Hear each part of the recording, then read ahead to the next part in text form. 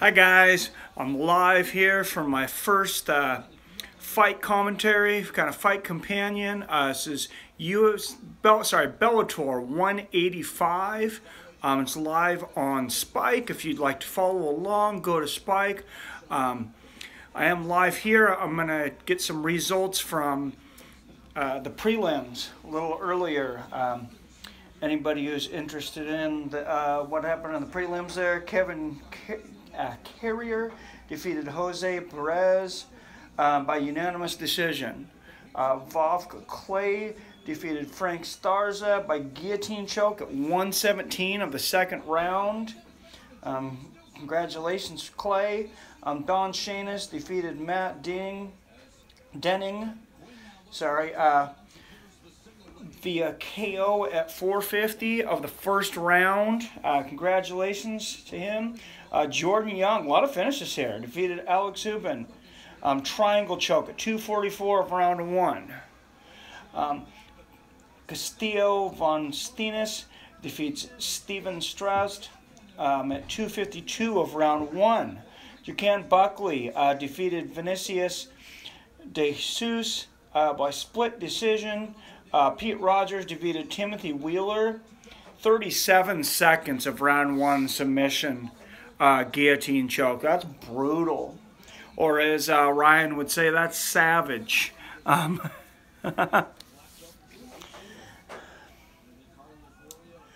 then Dean Hancock defeated John Beneducci via TKO strikes at 3:38 of the first round. So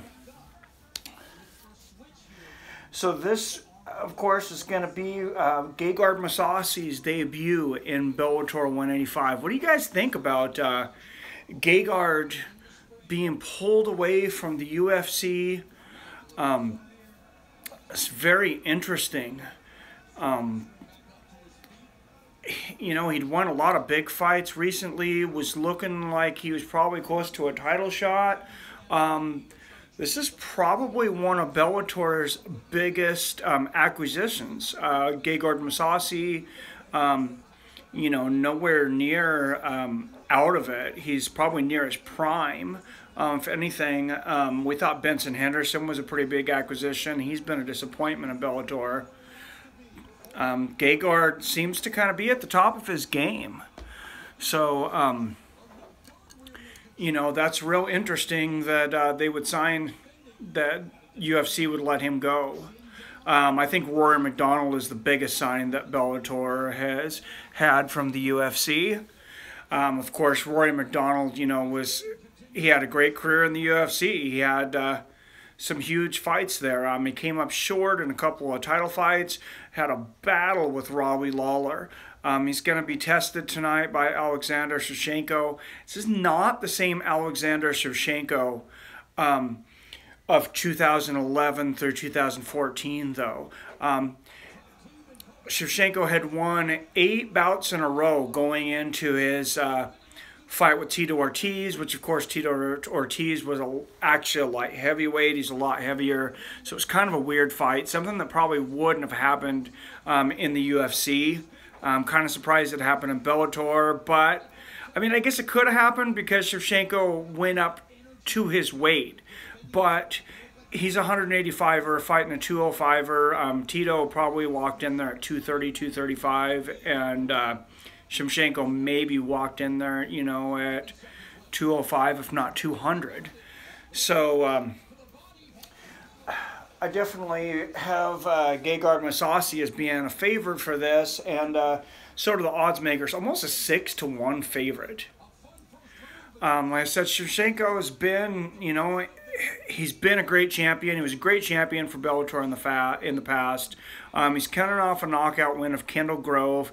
Kendall Grove's been around forever, too. Never exactly been a championship caliber fighter, but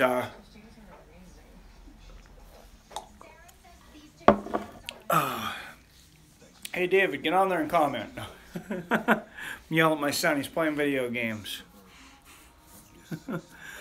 I have like no viewers right now. No. Co-main event: Neiman Gracie and Zach Busia. You're going to get to see a Gracie tonight. Neiman Gracie, I haven't really seen him fight, but he's almost a 5-to-1 favorite coming into this. I do have a few notes here, as I'm not as familiar with Bellator, definitely, as I am with the UFC, but I do enjoy watching the fights and, like, you know, a lot of the fighters from there. So, I mean, I don't know what's going to happen there, but, you know, I just hope that it'll be a good fight. Like I said, Neiman Gracie's huge favorite coming into this, at almost 5-to-1, minus 460 to Zach Busia at plus 340. Right now, we got Ryan, Ryan Quinn versus Marcus Sorin. 10-9. Actually, we just went through the first round. It looks like Quinn won the round barely, maybe on the scorecards of the judges, or sorry, of the commenters, but this is a back and forth fight right now. Quinn and Sorin, if you know, they are Quinn stalking Sorin. He just landed a left hook. That was nice. That was nice. He's going for a takedown now. They're jostling back and forth in the clinch. Quinn looks to be the stronger fighter. He was going for a guillotine, it looked like. But no, Sorin's trying to get that takedown. Oh, Quinn gets the takedown. Or Sorin gets the takedown. He's past the side guard. Sorin's past the side guard there. Quinn working on, he's trying a Kimura. Kind of gave his back up. Oh, he gave his back up to Sorin, but he's getting up. Yeah, Sorin's got his back. Oh, now he's got his back against the cage. Oh, he's always wrapping around him. He's trying to wrap the choke around. Quinn's fighting the choke well. Oh, no, he might be sinking it. No, he's just got it across the chin there. He doesn't have it underneath the chin. Quinn's out.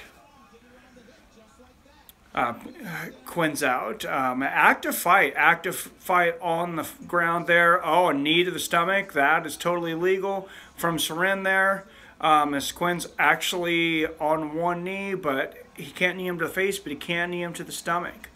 Okay, they are back up against the cage. Sorin's just going for that takedown again, and Quinn pushing back, sprawling against him, gets that takedown.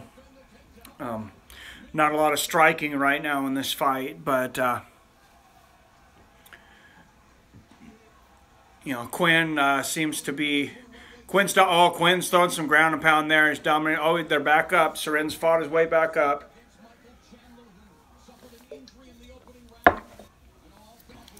Well, it's even odds in this fight, minus 115 apiece. So if you bet on this fight, it is a pick'em fight. But Quinn's pushing Sorin up against the fence here. Not a whole lot going on. Gegard Mousasi, of course, warming up backstage. Schlemenko. That's going to be an interesting fight. Will Mousasi try to keep it on his feet? Will he take Schlemenko to the ground and risk being submitted? But Mousasi's not a small 185er. And Tito Ortiz submitted Schlemenko pretty easily, even though he's quite a bit bigger guy. Gegard Mousasi probably walks around 200 pounds, and Schlemenko is not the biggest 185er. Quinn's, again, has got Sorin's back. He's got him up against the cage there. Sorin, oh, he picked him back up, slammed him. Big slam from Sorin. Scoring points there. Quinn trying to strike off his back. Not the most effective. Or sorry, Sorin trying to strike off his back. Quinn's got the back. Oh, he's going underneath. He's going underneath for the choke again. He's getting some ground and pound there. Now he's turning around front ways. Oh. And Soren is getting up again. Pushing up against that cage. 40 seconds left in the round. Goes for a sweep. Does Quinn. Not a lot going on there. Soren throws a couple elbows. A lot of holding in this fight. Looking forward to some of these women's fights tonight, though. 2 of the 4 main fights on the card are women. It's Anna Juditon. She's 2-2. She's going against Heather Hardy, who's 1-0. Heather Hardy's a 4-1 favorite. She's been pretty dominant in her career. And then you got Lisa Blaine. Sorry, that's Heather Hardy versus Christina Williams. Christina Williams is going to make her pro debut. Heather Hardy's about a 4-1 favorite. Lisa Blaine 1-0 against Anna Juditon, who's 2-2. This is a real close fight, plus 125 to minus 145. That's basically even odds. I really enjoy watching the women's fighting. I gotta admit, I was a big Ronda Rousey fan when she came in, just because I was a big Judokan guy. So throw me your hate out there. I know a lot of people don't like Ronda Rousey. Some people do like Ronda Rousey. I'd like to see her. I don't know if I want to see her come back. I got tired of seeing her punched in the face. I don't watch WWE, but I'd like to see her in some movies. I'd like to see her in those swimsuit editions too. But no, she was, no doubt the big pioneer, bringing it into the UFC and everything. Ronda Rousey really put women's MMA on the map. Of course, before that, Chris Cyborg was kind of around a little bit before that, and Gina Carano. We're going to jump into the 3rd round here of Quinn and Soren. They rhyme. Ryan Quinn and Marcus Soren. Standing in the middle of the ring, throwing some jabs. How you guys doing out there tonight? You ready to watch Alexander Schlemenko versus Gegard Mousasi? Who's going to win that fight? Oh, man. These guys are just stalemate like bulls pushing up against each other in the ring right now. Right in the center of the ring, but nobody throwing a lot of action. I'm looking forward to the main event. Right low kick from Quinn. Landed to the leg there. Left hook over the top. Left jab. If you guys want to watch along with me, this is on Spike. Otherwise, I'll be doing the play-by-play commentary here. These guys are just kind of throwing jabs. There's Quinn with another right low kick. Oh, right hand over the top from Soren. Quinn immediately goes for the single leg takedown. And Soren's just pushing him back. Just pushing him back on the fence, which is a lot of what we see in the last couple rounds. And they kind of go down to the ground, but nobody really has a dominant position here.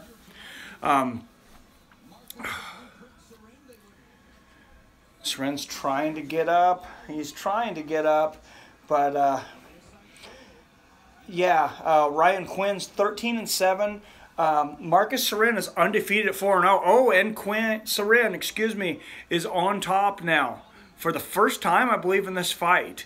He's in the guard. Quinn's trying to upkick. Oh, he's got a side mount. Quinn's got the side mount. Dropped an elbow. Oh, he's back to half guard. Soren's got him back in half guard. Now they're kind of side to side. And he's in full guard now. Quinn's pulled full guard. And Soren, he's escaped. Oh, he's back up. And Soren has his back. He's putting the pressure on. I think Soren probably lost the first 2 rounds. He really needs to win this round. He probably needs to finish it. Those first couple rounds could have been close. It looked to me like Quinn definitely won the second. Soren goes for that takedown, and Quinn is just holding on with his life. You can tell it looks like he's getting gassed here from those first 2 rounds. And, Soren's underneath the neck. He's underneath the neck with the choke. Oh, what a reversal. What a reversal from Quinn. That was an amazing athletic move. And he's going for the guillotine. Oh, he's going for a reverse Darce choke. It's like he's switching between a guillotine and a Darce choke, and he may have something in deep there. Here. Oh, I think he's going to get Soren. I think he's going out. This is deep here. Oh, nope, and he's out. And Soren's out. Quinn's smart to give it up there and not waste all of his energy. He's going to look for another position here. But, I mean, if he wins this round, it looks like he's probably won all 3 rounds. Or at least 2 of the 3 rounds. Soren comes back on top and puts Quinn back on his back up against the fence, up against the cage, pushing his head up against the cage there a little bit, trying to make him uncomfortable. He's got him in side mount. Oh, he had a head and arm there, dropping elbows, dropped a couple elbows, nothing real big there. But Quinn definitely in the dominant position now, side mount, or Soren in the side mount, excuse me, as Corinne climbs up against the cage with his feet there. Back on top, Soren back on top. In that guard. Oh.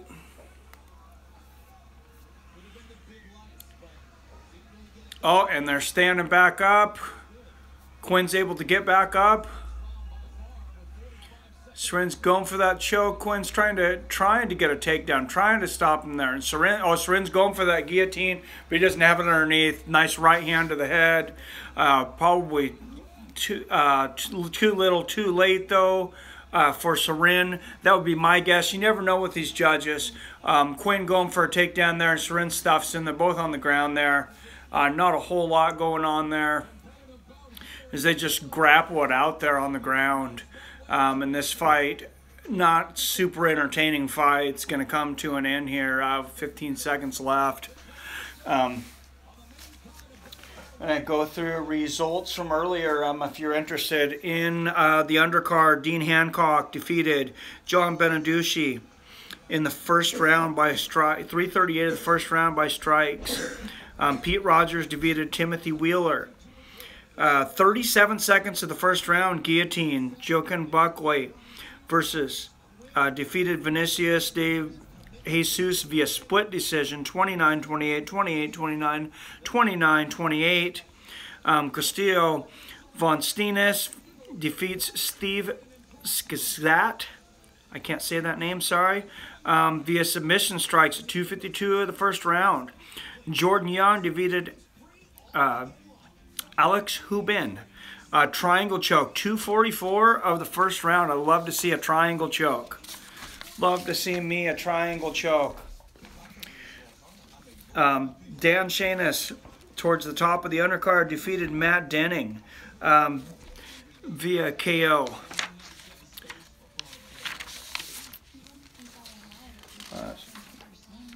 Excuse me, lost that via KO ground and pound at 4:50 of the first round. Vovka Clay defeated Frank Sforza. Guillotine choke at 1:17 of the second round.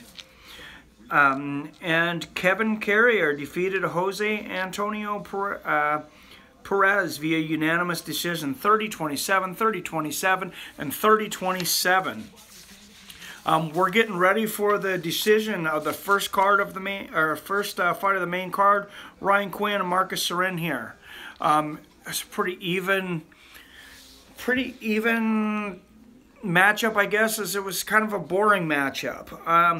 I think Quinn probably took 2 or 3 rounds out of that, though, but not a whole lot of dominant positions in that. A couple of takedowns probably took the fight for Quinn. I imagine he will probably go on. Marcus Soren will probably have his first loss. He came into this at 4-0. Ryan Quinn, 13-7. It looks like it's going to move up to 14-7. Who's going to win this Gegard Mousasi versus Alexander Schlemenko fight, though? Almost 5-1 favorite, Gegard Mousasi. And how did the UFC let Gegard Mousasi go? That's got to be one of the biggest acquisitions that the UFC has lost in the entire time. Hey, David, you want to get on here?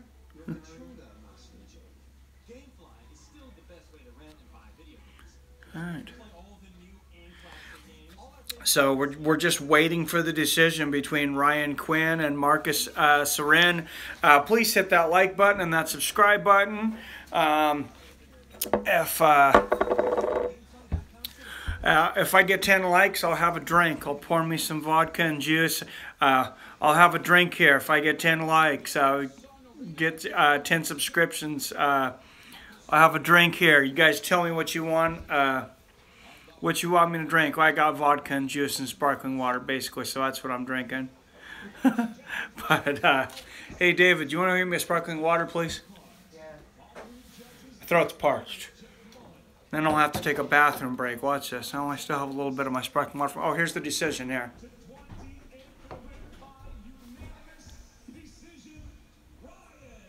Unanimous decision, Ryan Quinn, 29-28, 30-27, 29-28. Not surprising. Not surprising at all from what I've seen. That's exactly what I expected. It looks to me like the judges got it correct. That again, the first fight, Ryan Quinn defeats Marcus Surin by unanimous decision. Handing Marcus Surin his first loss. Ryan Quinn goes to 14-7. Still to come, the main event between Gegard Mousasi and Alexander Schlemenko. 40 wins by KO or submission for Schlemenko. 36 wins by KO or submission for Mousasi. We could see some real fireworks there, guys, tonight. And I really hope we do. Oh, man. As Bellator had a year of coming up with some good fighters. Couple years here. Paul Daly, of course, a huge acquisition of Rory McDonald, Benson Henderson. They just recently signed Roy Nelson. Now they got Ryan Bader, Phil Davis. Now they got Gegard Mousasi. This 185-pound division is really shaping up. Roy Nelson is bound to make a huge impact at a heavyweight for Bellator as they really take some, take some fighters away from the UFC. They are still the minor leagues compared to the UFC, but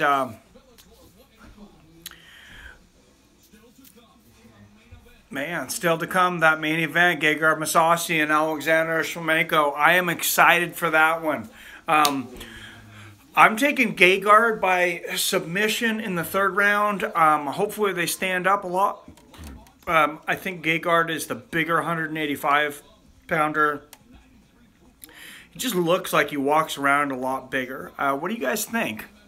I don't know out there. I don't know what you guys think out there. I'd like to know what you think out there. But who's going to win this fight? Gegard Mousasi and Alexander Schlemenko. Are you guys excited about seeing Neiman Gracie fight Zach Busia? Another Gracie out there. It's always fun to watch the Gracies. I love watching the jiu-jitsu. We got two good women's fight out there. Anna Hewlett-Ton versus Lisa Blaine, and Heather Hardy fighting Christina Williams. Almost always exciting fights. It's funny how many of the main events or the big cards, the women, a lot of times that nobody knows, end up being the best fights of the card. And that definitely could be the case tonight. My co-star here, Mr. Maverick, is here watching some Bellator with me. This is a damn cute cat. I'm a pretty manly man, but I love this cute cat. He is it's pretty hard not to fall in love with this cat. You some MMA fights? Who's gonna win the fight, huh? Gegard Mousasi or Alexander Schlemenko? These guys are like, what the fuck did I just tune into? You tune into a cat. No, Gegard Mousasi and Vladimir Shevchenko still to come. The first fight of the main card. Ryan Quinn versus Marcus Surin. Ryan Quinn wins by unanimous decision, giving Surin his first loss. What do you guys think out there? Gegard Mousasi or Alexander Schlemenko? Or do you want to comment on any of these other fights or any of these other fighters? I should have named him Mr. Bigglesworth, but he has hair. That way I could be like Dr. Evil. Okay, that's horrible. I'll stop that right now. I will stop that right now and drink me some sparkling water because I need to drop some weight. I'm carrying a couple extra spare tires here. Getting away from the soda and switching to the sparkling water. Hopefully definitely should help, and I've lost a few pounds since doing that actually, so that's a good thing there. And we're just killing some time in between fights here. Watching, they're having some video game commercials there on Spike if you're watching live. What the heck is this? Get the secret of first bonuses, bonus missions, pre-order Assassin's Creed Origins. I was really excited about the Assassin's Creed, the one, is it Assassin's Creed 3? David, where they go back with George Washington? I don't know, one of those. I never ended up playing it because people told me that the game was poor. I should have ended up playing it anyways. And you guys out there play Assassin's Creed? It does look like a lot of fun. I should get back into games. I need to have more leisure time. I've been just about to buy a PS4 just because I want to play the UFC game. Yes, I just love MMA that much, and I love watching people beat the crap out of each other, whether it's on a video game or on TV or in the backyard. Bellator 186 coming up from Penn State. Ryan Bader's going to defend his, that's on November 3rd. He's going to defend his title against Lenton Vassell. Co-main events the women's flyweight world title, Emily Ducote.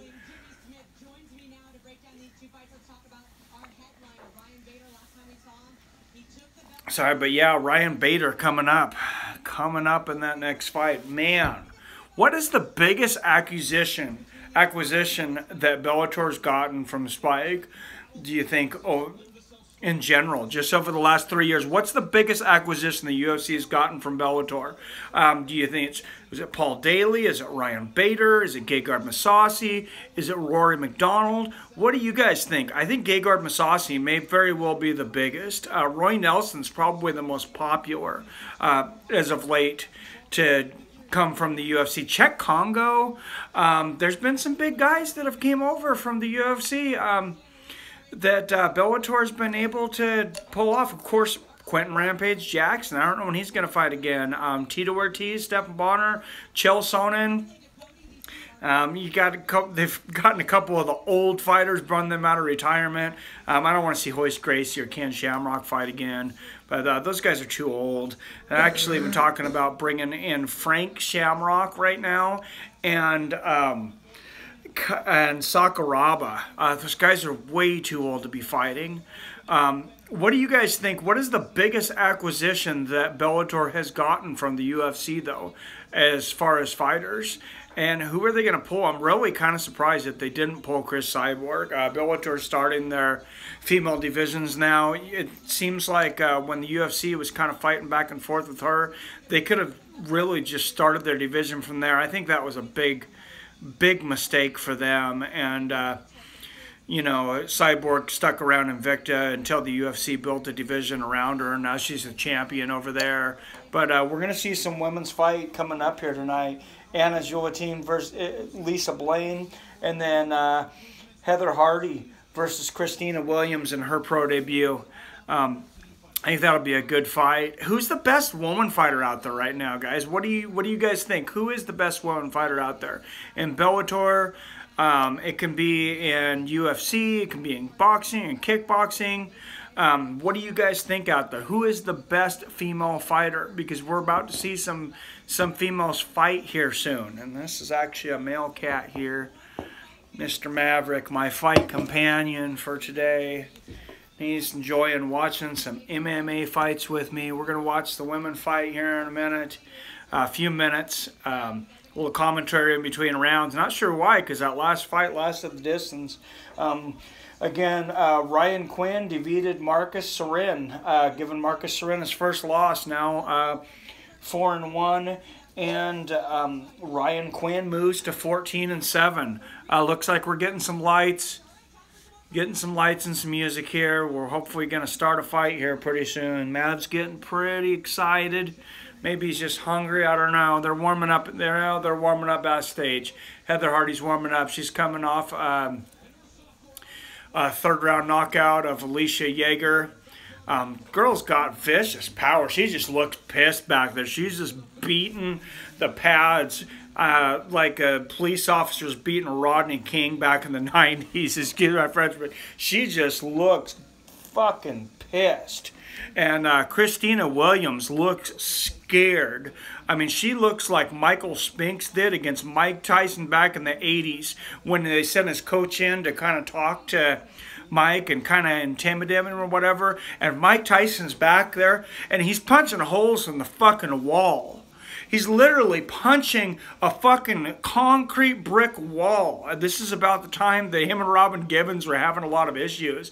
And the fucking trainer comes out of there and he says, this guy's going to fight my little guy. And you could see the fear in Michael Spink's face. I mean, I swear he went from black to white like fucking Michael Jackson. He was so scared. And that's the first look that I see of Christina Williams. She's back in the training room. She's back there training, and she's kind of throwing some jabs and stuff. But Christina Williams, it's her pro debut. She looks scared as shit.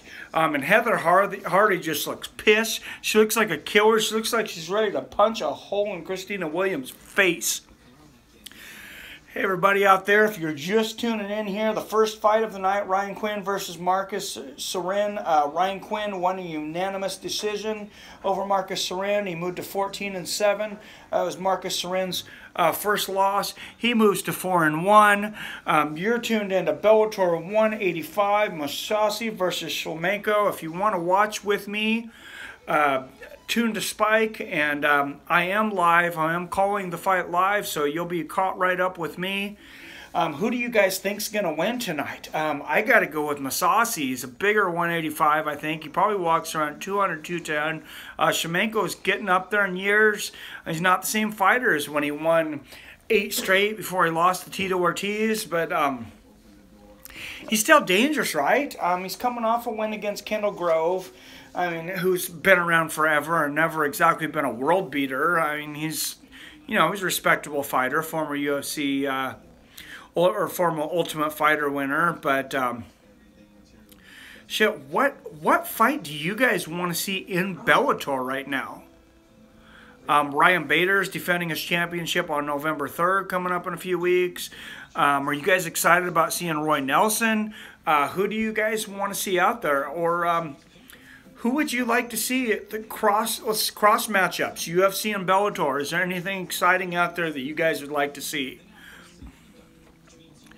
Well, man, I don't watch Bellator as much as I watch UFC, but I do enjoy watching MMA. I enjoy watching all fights. I enjoy watching boxing. I enjoy watching kickboxing. I enjoy watching judo, grappling, freestyle wrestling, whatever the hell fighting it is. I enjoy watching it. So I just like seeing people get their faces beat in. I want to watch it at Dave & Buster's someday. I have never been to a Dave & Buster's. They sponsor the Spike TV, but never been to one. They don't have one around me. I've heard that they're moving one about 15 miles away from us in Linwood, so I'm excited about that. And go there, have some drinks, play some video games, watch some people beat the shit out of each other. Sounds like a hell of a lot of fun. Christina, scared off her ass Williams, seems to be coming to the ring right now for her pro debut. Oh, God, she looks like she's on her first day of high school. She looks like she's on her first day of high school and she's going to meet the prom queen. Or she's going to the principal's office. I don't know. She does not look like a confident young lady, though. Heather Hardy's she just looks like she can smell the fear.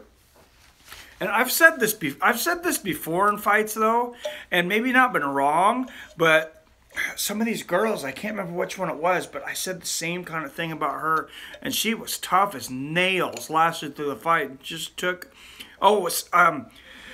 it was against Cyborg in her second to last fight. She fought this out of shape looking fat soccer mom, and this girl was tough as hell.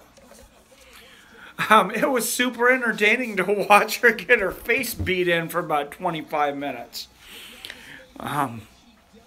But wow, yeah, we got Heather Hardy versus Christina Williams coming up right now. I said Heather Hardy is a fucking ferocious puncher, ferocious striker.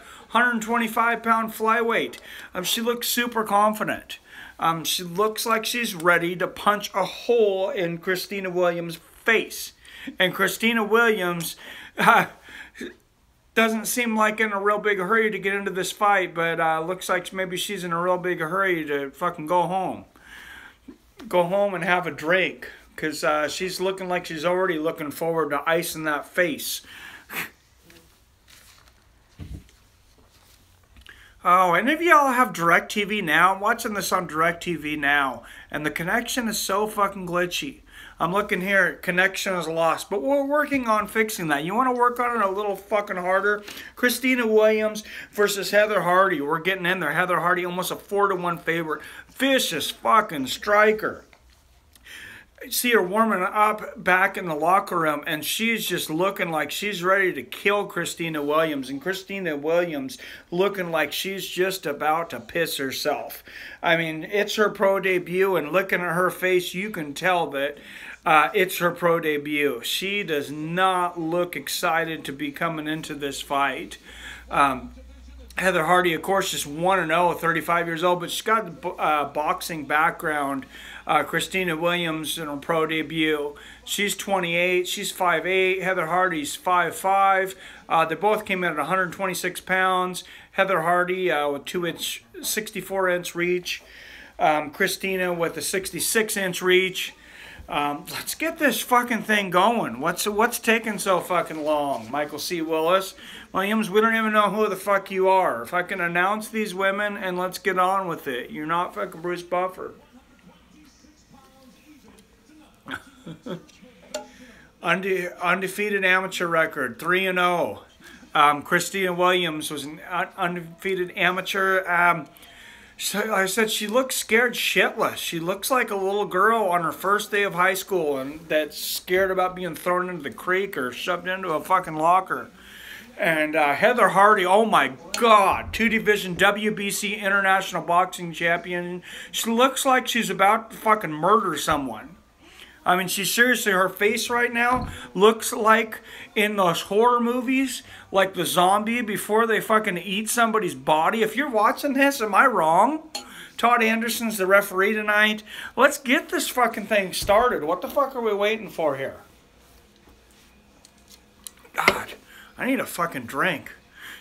Something stiff with some alcohol. Why don't you guys give me a few more likes and I'll have a drink here. But let's get this fight started. Oh God, Heather Hardy's just.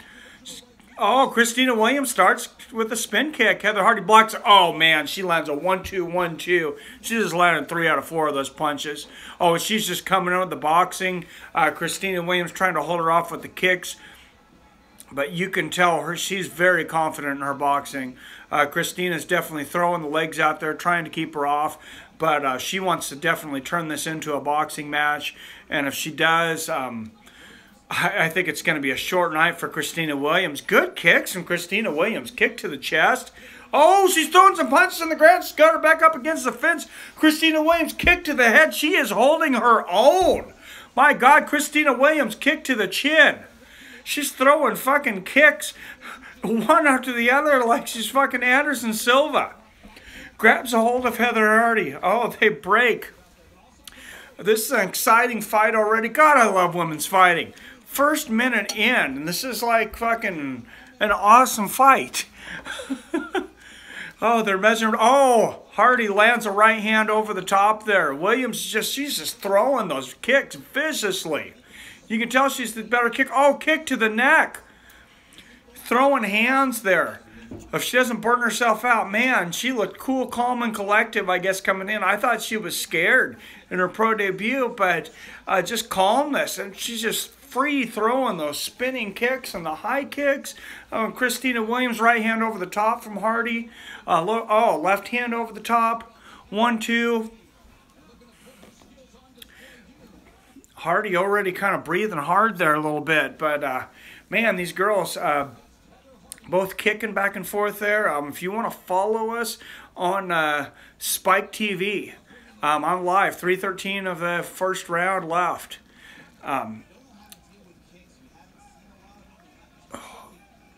Hardy stalking, big left hand over the top. Hardy's stalking Williams. Williams staying composed, keeping the hands up, kicks to the body. It's the body. Man, I underestimated Christina Williams. She just landed a right hand over the top, too. Went for a high head kick to Hardy. I really underestimated Christina Williams. I'm sorry. She was a 4-1 underdog, but she just looked scared shitless to me. She is calm and collected. Oh, and they punch back and forth. Williams with elbows. 3 elbows landing, standing right to the fucking chin. Oh, Hardy throwing big rights over the top, but missing. Williams blocked him. She's landed a jab. Hardy was a professional championship boxer coming into this. I didn't give Williams much of a chance at all. Neither did the odds makers at 4-1. But Christina Williams might be winning this first round. She's definitely holding her in. Nice low leg kick. Hardy coming in throwing punches, and Williams just lands like 4 fucking elbows, left, right. You don't see those kind of combinations. She's throwing elbows like they're hooks. She goes for a mid kick there. Oh, Hardy goes for a spinning elbow, misses it, lands it right over the top, and Christina comes back with a left kick to the body and lands it. There's a lot of action going on here. Christina's keeping Hardy off with that, keeping her in check with that front left leg kick. Keeping that boxing off check. They both exchange punches there. One in the body, one in the head. Hardy is stalking, but Williams is kind of picking her apart as she's coming in. I think Williams is winning this first round. It's definitely a good first round. I'm definitely excited. Oh, Hardy lands a big elbow over the top, and Williams comes right back with a right elbow and a kick to the neck. That was awesome. This is a fucking spectacular fight. How many boring women's fights are they? Oh, left hand from Hardy. Right kick to the neck again. Oh, spinning kick from Williams. It's like women just cannot have boring fights. Hardy, nice right hook to the body. Man, did I underestimate Christina Williams coming into this fight. She's definitely holding her in. Hard jab from Hardy. Now a right hand over the top. Both landed. Williams missed with a front kick there. Hardy looks like her nose is bleeding, but I gotta say her face was so red when she was coming in. It looked like she was bleeding before the fight even started. I thought she was just pissed. She kind of looks like a zombie.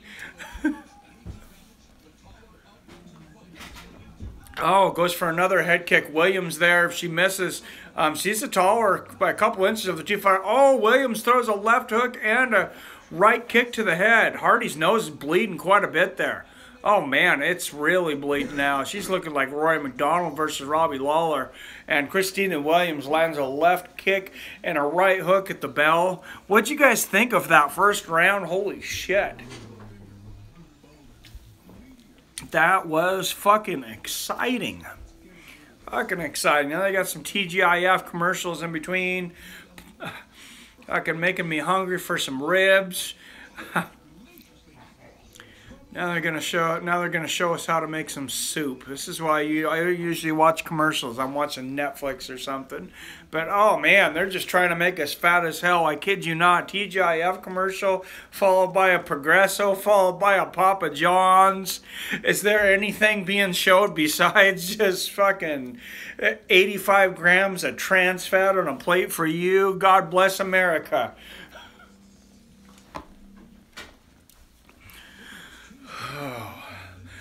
Oh, and the Papa John's followed by the Little Caesars for the 4 in a row. And that was the commercial break. Literally nothing. An athletic endeavor with commercials of nothing but just fucking hearty trans fat, except for the Progresso soup there in the middle. God bless Progresso soup for breaking up the freaking greasy Papa John's Little Caesars TGIF trans fat sandwich. I'm not exactly sure how healthy Progresso soup is for you. It's healthier. I don't know how well, Progresso soup is healthier for you than pizza. It might have a lot of sodium in it. I don't know. But first round. Oh, Williams with a spinning right head kick. Hardy comes over the top with a right. The commentators, Jimmy gave that first round to Williams, and I did too. Oh. Hardy slips. Oh, and Williams lands 3 hard shots as she gets up. She punishes Hardy for falling. Hardy's finally starting to throw some kicks, lands a left leg kick there. She doesn't look as comfortable in her kicks. I gotta say, Williams looks like the more confident fighter right now. Hardy's face looks like the fucking movie Christine when she comes in covered in blood into the prom. I mean, if you could see her face, it seriously, she looks like one of the zombies on Walking Dead after they got hit in the head with a shovel. Oh, shit. Holy balls, this is a fight. Blood everywhere. This from hashtag Bellator 184 at Bellator MMA. Hashtag girl power from Bellator MMA. A lot of these girls' fights just make the best fucking fights. Right hand over the top from Hardy. Left kick to the body. These girls are not taking a break. It is much better than the first guy's fight. Oh, right head kick. Right head kick from Williams. She lands a left right head hook over the top. And Hardy is bleeding like a faucet. Oh. And she lands a combo. But Williams smells blood. And everybody can smell blood because there's so much fucking blood all over Christina Williams. They're going to take a look at this. I don't know if I've ever seen a fight. Oh, man, her nose is probably definitely broken. She is just covered in blood. She literally looks like a fucking murder scene victim. Like, you ever see the first Resident Evil when the zombie's eating the person and you come in there and he's got blood all over his face and he looks up? That's what Heather Hardy looks like right now. She looks like the fucking death spikes from Doom. That's my son, David, there. Come on over and say hi, David. David's not a big fight fan, but he's a big video game fan. He knows some Resident Evil. How bad is this lady bleeding? Holy shit, David. Yeah. Oh, left head kick, right shin to chin on the replay from Williams there. Oh, man, that just busted open. They're showing the replay of the shin. Oh, right across. No, not on the chin. Right across the fucking nose. Williams landed her left shin right across Hardy's nose, and it just fucking exploded. Oh! Just hearing that, it sounds like the crack of a baseball bat. And they've stopped this fight. They've stopped this fight on a broken nose. Hardy was bleeding so much. I so miscalled this fight. That's why you can never predict fights. Christina Williams, first round stoppage over Heather Hardy. Just beat the shit out of her. Blood all over the ring. That was incredible. That was incredibly entertaining. Everybody who's watching this on Spike, watch along with me. Come on, let's have some fun. Everybody have a drink. What do we got? Oh, finally, fuck, we got a video playing, a commercial playing that's not telling us to eat a bunch of trans fat while we watch people beat the shit out of each other. It's a commercial about a video game about people beating the shit out of each other. Oh, Assassin's Creed Origin. That actually looks like a lot of fun. Assassin's Creed is fun. We should, if you guys are just tuning in here, the first fight of the main card, Ryan Quinn beat Marcus Sarin by unanimous decision. Christina Williams just stopped Heather Hardy after the first round for a broken nose from a shin kick. Or I'm sorry, yeah, a shin to the fucking nose. Left shin to the nose, and her nose exploded like a fucking dry ice bomb. You ever see a dry ice bomb explode? You ever see like the water and the separation and everything? Now just imagine this bottle filled with fucking blood. And that's what Heather Hardy's nose was like when Williams cracked her left shin into her nose and just covered her completely in blood like a fucking vampire. Just fucking mystical. Did you guys watch that fight? You guys enjoy that fight? I hope you enjoy my commentary here. We still got the main event to come. Oh, we still got another women's fight. That's probably more exciting coming up. We have Anna Gilliton versus Lisa Blaine. The odds on this one are almost even. It seems like almost an even fight every time two women step in the ring. Something exciting is going to happen. man, the women seem to be outperforming the guys almost all the time. Almost all the time. There's a couple of you out there. What do you guys think? I was bringing up this question earlier. Gegard Mousasi got brung over from the UFC, of course. That's a big acquisition. What is the biggest acquisition that the UFC or that the Bellator has gotten from the UFC? We've seen Benson Henderson recently, who struggled some. We've seen Czech Congo come over. We've seen, of course, Ryan Bader come over, who's now a champion. We've seen Tito Ortiz, Stephan Bonner come over. Quentin Rampage Jackson had a couple entertaining fights.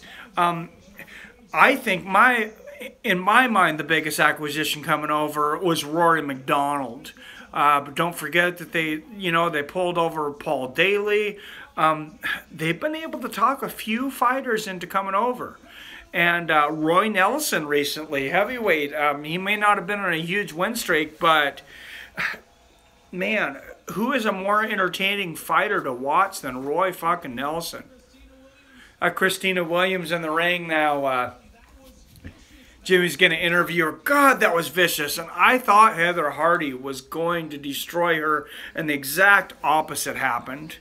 And the exact opposite. What did you guys think? Who did you think was going to win? Heather Hardy or Christina Williams? Or did you not really know who the hell was going to win? Oh, that replay again. That left shin to the nose. Oh, that is beautiful violence. Beautiful violence. And her nose just exploded like a bomb. Like a bomb just blowing up a freaking bottle of liquid, like a dry ice bomb that was full of blood. That's how I explained it earlier, and that's, you got to look it up online. If you're not watching the Bellator live right now, look up online later. Heather Hardy versus Christina Williams. You need to write this down right now. This is one of the best kicks I have ever fucking seen. This is a shin to nose, and Heather Hardy's nose literally just fucking explodes all over her, and she's covered in blood, looking like a zombie from fucking Resident Evil. It literally looked like she'd been eating someone's face, but it was her own face just exploded all over her face and herself, her body, and her shirt. Just fucking gruesome. What did you guys think of that fight? What do you guys think of the main event coming up? Gegard Mousasi and Alexander Schlemenko. Fucking excited for that fight. Fucking excited. Oh, we got Zach Bashia coming up next. He's going to be fighting Neiman Gracie. This is going to be fun. This is going to be real fun. I love the Gracies. And I'm excited to see another Gracie in there. Neiman's coming in. A big favorite here, about 5-1 favorite. Is he a favorite just because he's a Gracie, though? Or is he a favorite? I haven't seen him fight, to be honest. I don't watch as much Bellator as I watch UFC. But this has been an exciting card. I got to tell you, that's got to be a candidate for round of the year, having Heather Hardy versus Christina Williams, that last round. That was absolutely incredible, and I can see more people are tuning in, probably because of that fight. What did you guys think of that? Somebody give me your comments there. What did you think of that fight between Christina Williams and Heather Hardy? I totally underestimated Christina Williams. Oh, and now we get the Dave & Buster's commercial again, teasing me. I don't have a Dave & Buster's around me, but I want to go drink and play video games and watch people beat the shit out of each other, because that's what Americans do. America. And I'm not even drunk. I haven't even had a drink tonight. I'm just drinking sparkling water. I'm just like this natural, hyper fucking psycho, MMA loving, fucking violence loving junkie. God, I love watching this shit. If you guys are watching this on Spike, it's funny, just the assortment of commercials in between. There's a Cheerio commercial showing you how everybody's going to get fucking muscles from eating Cheerios, even though we realize now that a high-grain diet is complete bullshit.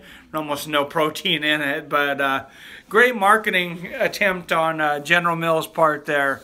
From Cheerios. We're going to see some Purina Beyond grain-free. Yeah, you should feed your dogs grain-free, but Purina's bullshit.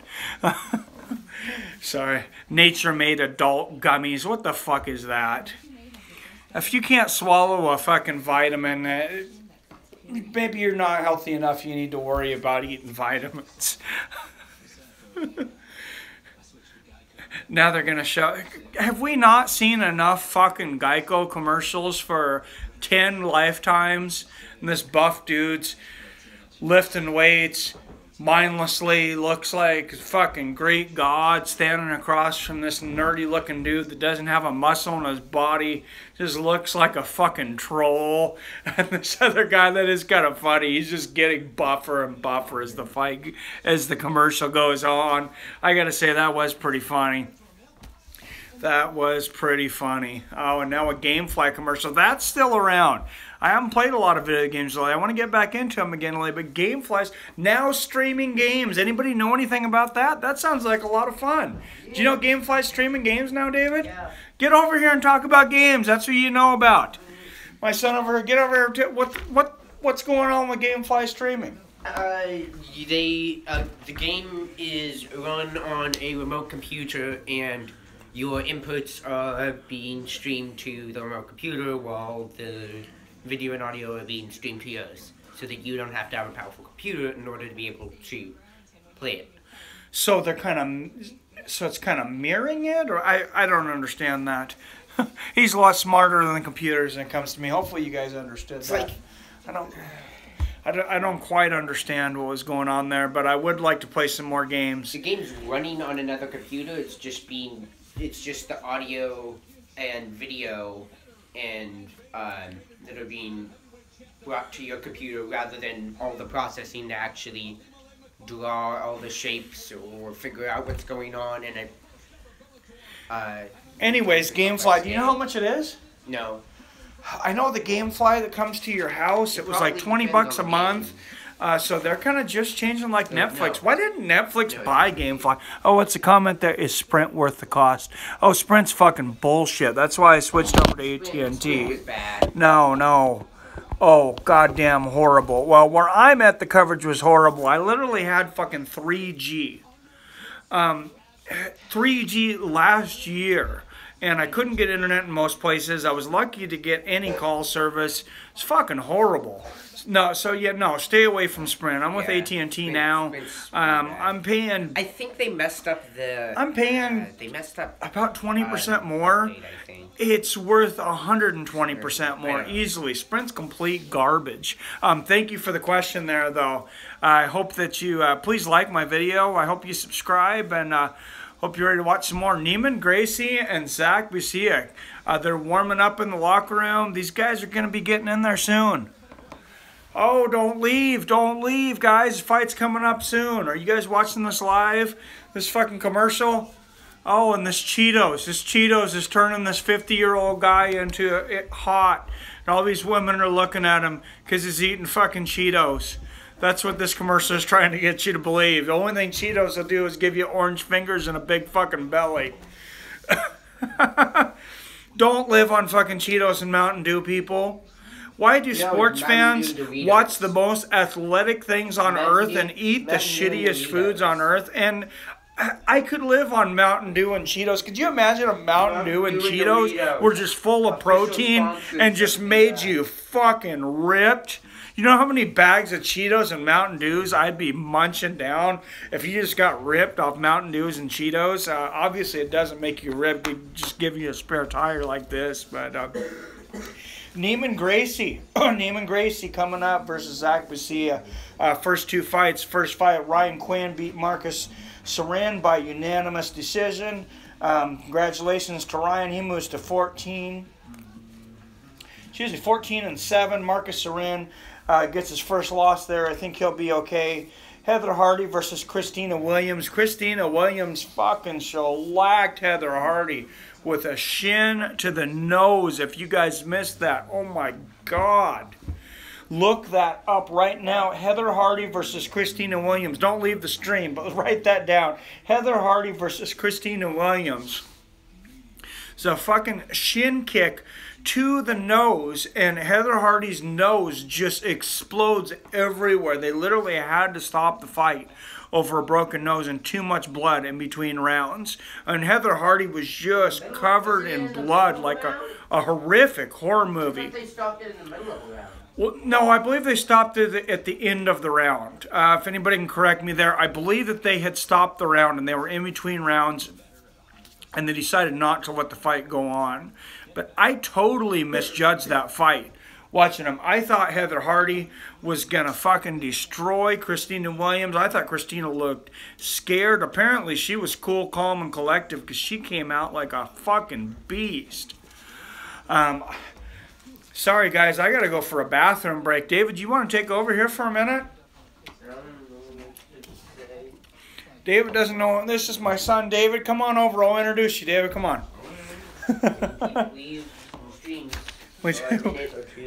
Come on. We talked about this a little bit earlier. Anybody got any questions for David? You guys keep him entertained. I just got to go to the bathroom real quick.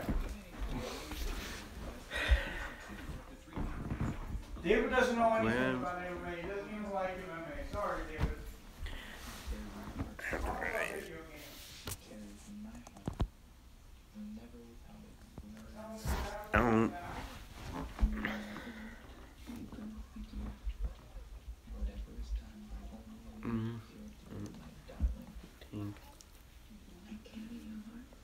Apparently,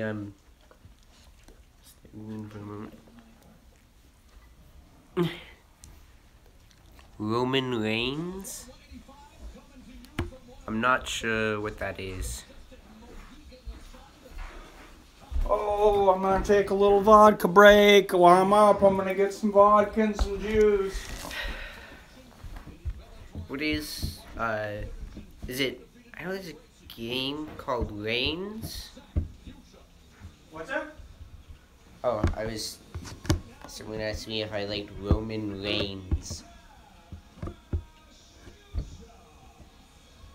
You should tell them about how your dad makes you sit at all these UFC events for 4 hours and basically kidnaps you and makes you stare at the screen when you don't really want to watch the fight.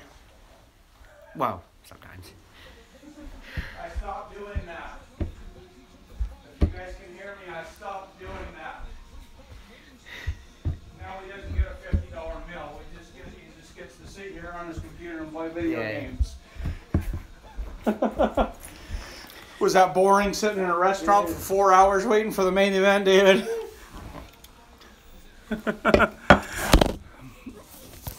Oh, let's knock the camp down coming back. And I haven't even had my first sip of vodka.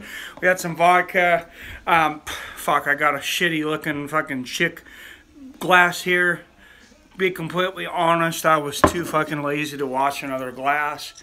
But I got a couple shots of vodka in there. I hate those people who on their shows fake like they're drinking alcohol. I should have poured it on the camera. I apologize for that. And that was the last of my vodka. So I'm not going to have a whole lot to drink tonight. But there's about 3 shots of vodka in here. So I haven't been drinking in a while because I was on this Whole30 diet that has no alcohol in it. So it should hit me pretty good. Oh, show. I did not see that comment. Sorry about that. Show nice. Well, thank you very much. Fucking shitty phone. Oh, sorry. I left. I got the iPhone SE.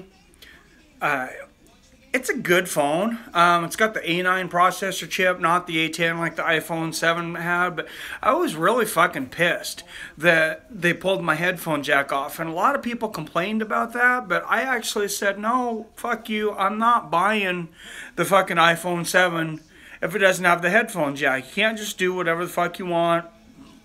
And I'm going to keep buying your fucking phone. And I said, no, I didn't buy the iPhone 7. I bought the iPhone SE here. Wow, actually, about to get that phone. The 7 or the SE? You about to get the 7 or the SE? My wife got the 7. She got the 7 Plus. She really likes it. If you don't care about the headphone jack, it's been really nice. But the SE, to me, has totally been worth it. The 5 SE, definitely, I would definitely recommend the SE. So if you had an iPhone 5, it is the exact same size. It is basically the same body with the A9 processor chip. I compared the speeds between the iPhone 7 and the iPhone SE, and you could tell absolutely no difference. Sometimes the 7 would be a little faster, sometimes the SE would be a little faster. So, very good choice. I think it was like $400 for a 128 gigabyte phone. Great purchase in my mind. Zach Bucia, currently on a 3-fight win streak. 1 KO, 1 submission, 1 win by unanimous decision. They're announcing the fight now. And we're going to finally get to see a Gracie. Anybody out there watching the fight right now, or are you guys just listening to me?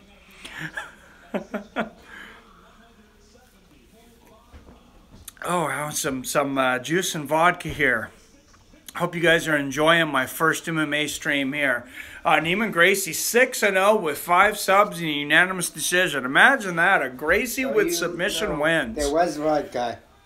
Yes, my son just said there was vodka. Yes, and it is gone now. You can see the frost of it, but yeah, that's going into the recycling now. My son's like, bullshit, you don't recycle. I'm throwing this straight into the garbage. Okay, I didn't recycle. Fuck, I recycle some. I fill my recycling bin up when it comes time.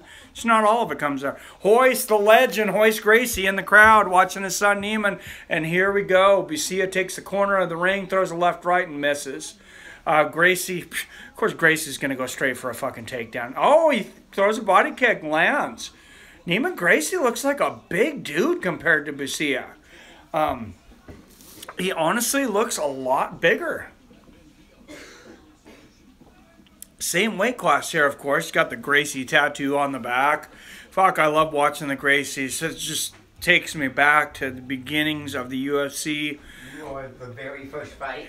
I was watching those first UFCs. Walla Walla was so small they didn't even get the first pay-per-views. Me and my friends watched them on VHS.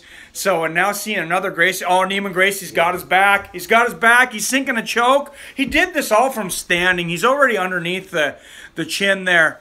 Oh, and he's got his back. He's got him curled up. Oh, he's not underneath the chin now. He's got an arm. Oh, this might be just a matter of time here, though. He's got him, yeah, he's stretching him out. He's got him in a sense, he's stretching him out just 1 minute and 10 seconds into the first round. And, man, Zach Bucia looks to be in a lot of trouble here. And Gracie's just taking his time, landing some ground and pound on the head there, trying to sink in this, waiting to sink in this choke. And, holy shit. You guys like the Gracie? Who the fuck doesn't like the Gracies? But I'm glad to see some new Gracie blood in there because I don't really want to see Hoist fighting again. He's way too fucking old. And I'm glad Hoyler or none of those guys hopefully are coming back to fight anytime soon. We got Neiman Gracie in there right now. He's working on a choke. He's pulling the arm back of... sorry, I couldn't remember this guy's fucking name. Zach Bucia. Pulling his arm back. Oh, Bucia's fighting the choke off. He's fighting out, but Gracie's stretching him out. He's got...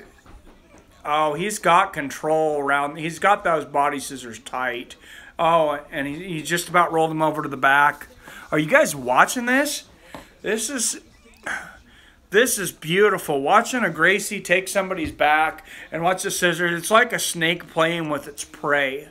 And he's just, now they're fidgeting him back, you know, hand control. He's grabbing one hand. Oh, he's got one hand underneath his armpit. And he's holding the arm there so Zach can't fight it off. Oh, he's really fighting. He's using up a lot of energy trying to fight off this choke right here. And Neiman just looks calm, like you would expect out of a Gracie. Like you would expect out of his dad there. Probably been doing this since he was about 3 years old. And Zach's still fighting this. Neiman really hasn't... I mean, he hasn't come close to getting his arms underneath his chin. But you know, once that happens, it's freaking over. And Neiman is incredibly It's good when you see a Gracie on your back. Oh, it's not good when you have a Gracie on your back. Hashtag Bellator 185 on Twitter. Gee, you fucking think so? That's like saying the sky is blue. Oh, look at this, though. Zach Bucia gets on top, actually. He's not giving his back up to Gracie anymore. Zach Bucia on the top of the Gracie there. He's still got the body scissors there, but he doesn't have any submission there. And Zach's just fighting for his life like a fish flapping. You know, a fish flaps when you get him out of water right after you catch it. And it's like the most fucking gruesome looking thing. You watch him just suffocating. That's how Zach's fighting, trying to get out of this. But, you know, Gracie's trying. Oh, Gracie's got an arm. Gracie's got an arm there. He's got an arm scissored. And he's grabbing. Oh, he grabbed onto his shorts there, right behind the referee's. Oh, savage move there. And Gracie goes for a leg lock. Look like, oh, for a minute. Yep, yes, he is going for a leg lock. He's got the toe. He's going for a leg lock or a toe hold here. That's very rare. Oh, and he's out of it. And Zach's back up on top. Oh, look at this. Oh, he's going for a twister. This is a weird position there. If anyone didn't know what was going on, does it not look like Zach Bucia is butt fucking Neiman Gracie here? Oh my God. This is why people make fun of MMA. This is why people say it looks like gay sex. And oh man, he might have the toe hold here though. Oh, he's got the back of the ankle. He's got the back of that ankle. Oh, this could be brutal. And the end of the round, are you fucking kidding me? Right at the end of the round. And I swear Neiman Gracie was about to rip Zach Bucia's fucking leg off. That was brutal. Man, if anybody's ever been saved by the bell, Zach Bucia's just got saved by the bell. That could have been a horrific injury. Oh, did you see that, David? Yeah. He was watching and said he was about to snap his ankle. Not only was he about to snap his ankle, he is straightening that leg out and probably about to dislocate that knee. Oh, now here comes the trans fat again. If you're watching this a commercial, Little Caesars Pizza, we're pretty much having trans fat commercials, tires, and video games. Apparently, that's all MMA fans like. We're so shallow. Sell us some tires, some pizza, and some video games. Fuck yeah, America! Oh, well, here we go. Here we go. The Bellator girls are going to shake their asses a little bit, carrying the Bellator MMA light signs. Here we go. On for the second round. And, man, fucking Zach Bucia, he's going to come back for some more here. But Neiman Gracie's taking the center of the ring, lands a front kick to the body. Give me a couple more likes down there, guys. Give me a subscribe. I'm working hard here. Not a lot of people watching. At least give me some comments. Tell me what you think of this. Oh man, Neiman Gracie going for that takedown. He's got the right leg, excuse me, of Zach Bucia. Oh, a whole 3 viewers here. But Neiman Gracie's going for that takedown. Bucia's fighting it well. He's got one underhook actually. He's almost got double underhooks. Did Zach Bucia seriously just go for a guillotine on Neiman Gracie? He's serious. Zach Bucia is going for a fucking guillotine on Neiman Gracie. I think Neiman Gracie's got to be fucking laughing. Royce Gracie's probably about to die of a fucking heart attack sitting in the crowd. This guy's going to go for a fucking guillotine choke on a Gracie. What is your fucking skill level, Mr. Bucias? This is why you're not winning this fight. Did you come in with a game plan? What was your game plan? You're going to come in and submit a fucking Gracie? Fucking genius. No wonder you're a 4-1 underdog. Oh, he's got the back and the Gracie. He's slipping it in. He's got the body scissors. He's got the arm next to the chin. Stretch him out. Stretch him out. Always being patient. But he's stretching him out there. What really works is you take, when you're getting that body scissors, you take the hook of that foot, and then I learned this from judo, and you just kind of, oh, and there he did it, and you hook it right into the fucking groin, and you just rest your heel right up against the fucking balls of that guy till he starts fucking, you want to open some guy up to put his chin up to choke him out. Get him in the body scissors and just crank your heel right into his fucking groin. And most likely his chin's going to come up. But son of a bitch, Zach Bucia is a tough son of a bitch. He is fighting this choke off.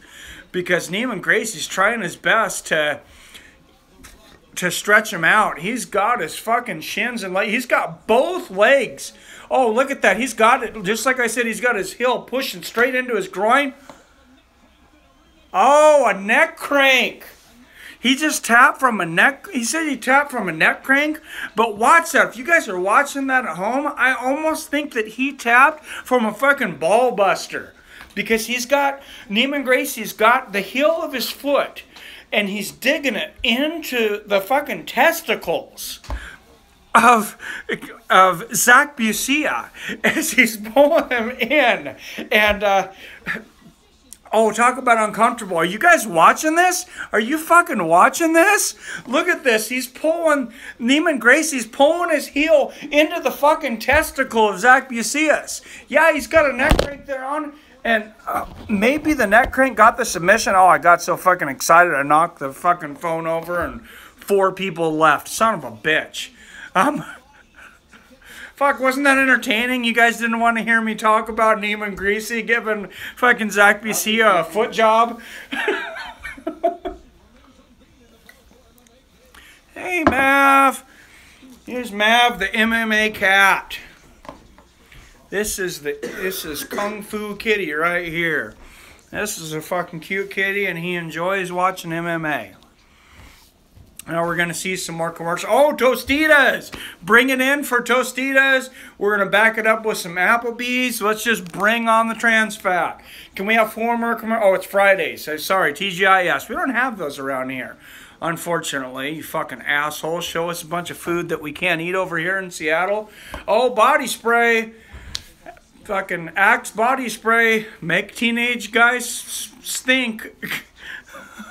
Fucking Axe body spray. That's the fucking commercial right now. Hey, at least they weren't talking about trans fat. Oh, now we got the Creepy King in here, though, from Burger King. He's going to show us how you can get 10 saturated fat nuggets for $1.49. And nowhere but America can you get fat for so fucking cheap.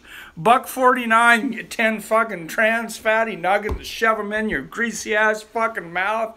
Give yourself a heart attack while you watch the most athletic people on earth fucking beat the shit out of each other. Oh, and finally we have a commercial for something different. Jigsaw. Hashtag Jigsaw. Is a new Saw coming out? What is this, like Saw number 85? Trick or treat, live or die. Jigsaw, rated R, October 27th. What do you think about that, David? How many fucking Saw movies are they going to make? Yeah. Come on over here, David. Nobody can see you. Get the fuck in here. Oh, and we got a South Park. We got a South Park commercial here. Who out there fucking loves South Park? If you watch MMA, you love South Park. That's the fucking rule. The fandom. And there is a new South Park. I haven't watched the newest South Park here. Oh, it's for a fucking video game called the Fractured Butthole? Yeah. Oh my God. Butthole. Can you guys imagine? I can just imagine in the fucking early 90s if they had some of this shit onto... Oh, the fucking Sprint commercial. Fuck Sprint. Anybody out there thinking about getting Sprint? Light your fucking balls on fire. Oh, it's... Did I get too excited here? No, this is fucking Sprint. Powered by Sprint. Anything that fucking touches Sprint. Fucking light it on fire. Throw it out, back. Douse it with fucking gasoline or light it on fire. Because it's a fucking evil, fucking vindictive. The only thing more painful than having Neiman Gracie's heel in your fucking groin is going through 2 years of Sprint's shitty 3G service. And now we're going to... waste everybody's time with the official announcement. Why do they have an official announcement for somebody that won a fight by submission or knockout? Can anybody fucking tell me that? They're just trying to stretch out the fight. Winner by submission, Neiman Gracie. Of course, you got the neck crank there. Everybody says it was the neck crank, but look at the replay. Look at the replay and watch him dig that heel into the freaking groin of Bucia. And... you see him grimace, and I think he submitted as much from having that heel into his shooting into his fucking testicles as he did from that neck crank. Third most wins by submission in Bellator. He's got 6 fights in his career. That tells you how many submissions there are all in Bellator. But I'm just happy to see another Gracie.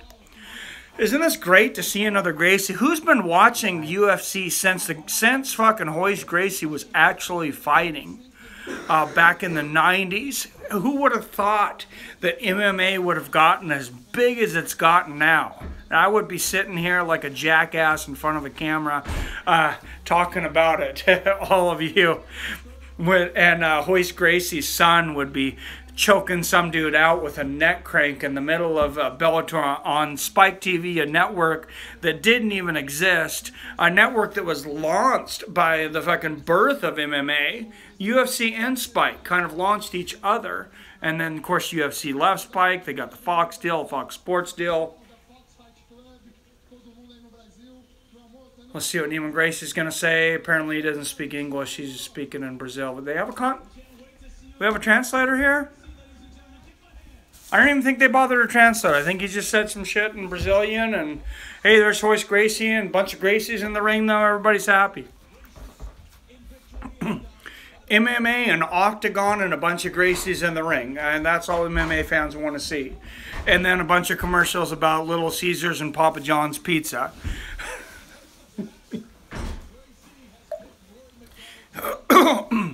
Oh, and look at the sponsor, Vaporfy, because that's what athletes fucking live on. Let's all go vape and then do a bunch of jiu-jitsu. Yeah, that sounds like a great fucking idea. Yeah, Vaporfy. And yet the Diaz brothers exist. Fight for your right to vape. My wife's over there. I'm sure she's not going to show her face now, but she just came in the ring and she's talking about how stupid it is. And she caught something that I didn't see there. It says, fight for your right to vape. Okay, I got to nominate that for the stupidest fucking slogan of 2017 so far. Fight for your right to vape. Vaporfy. Fight for your right to plasticize your fucking lungs. If you're out there vaping, do some research on what this shit's doing to your lungs. I don't know if it's healthier, it's healthy or less healthy or more healthy than smoking cigarettes. Neither one of them are fucking healthy, though. Thank you, fourth one watching there, but neither one of them are fucking healthy. Why do they keep showing these Dave & Buster's commercials? I can't go to a fucking Dave & Buster's. You're not the only one watching this. It's pissing me off. Yeah, my son's like, you're not the only one watching this, and somebody else just left the stream because I'm bitching about Dave & Buster's, but there's no fights going on right now. Gegard Mousasi and Alexander Schlemenko is coming up, guys. It's the next fight.